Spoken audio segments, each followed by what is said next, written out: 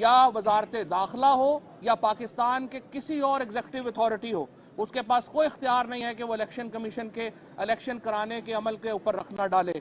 हमने आज ये बात वाजे कर दी है और मैंने तो कहा है जज साहब को कि आज रात आप 12 बजे तक चाहे सुने। अब तो पाकिस्तान में रवाज है, अदालतें 12-12 बजे भी खुल जाती हैं, तो आप ये मुकदमा सुने। और जज साहब ने ये कहा है कि वो ये कल इस मुकदमे को लाजमन सुन के इसको कंक्लूड होगा और इंशाल्लाह पंजाब के अवाम को ये हक मिलेगा और पाकिस्तान के अवाम को। अदरवाइज तो पाकिस्तान में आइन एब्रोगेट हो गया है, हमें आइन की बहाली के लिए तहरीक चलानी पड़ेगी अगर ये पाकिस्तान पंजाब में 90 दिनों में इलेक्शन नहीं होते, लेकिन हमें उम्मीद है कि इंशाल्लाह ये हो जाएगा। अच्छा, मैं एक इम्पॉर्टेंट बात इसमें ऐड कर दूं। सेक्रेटरी जनरल ने अदालत के अंदर भी एक बड़ी इंपॉर्टेंट बात की, वो ये कि कल संडे को रात 10 बजे आइन की डेडलाइन खत्म हो जाएगी।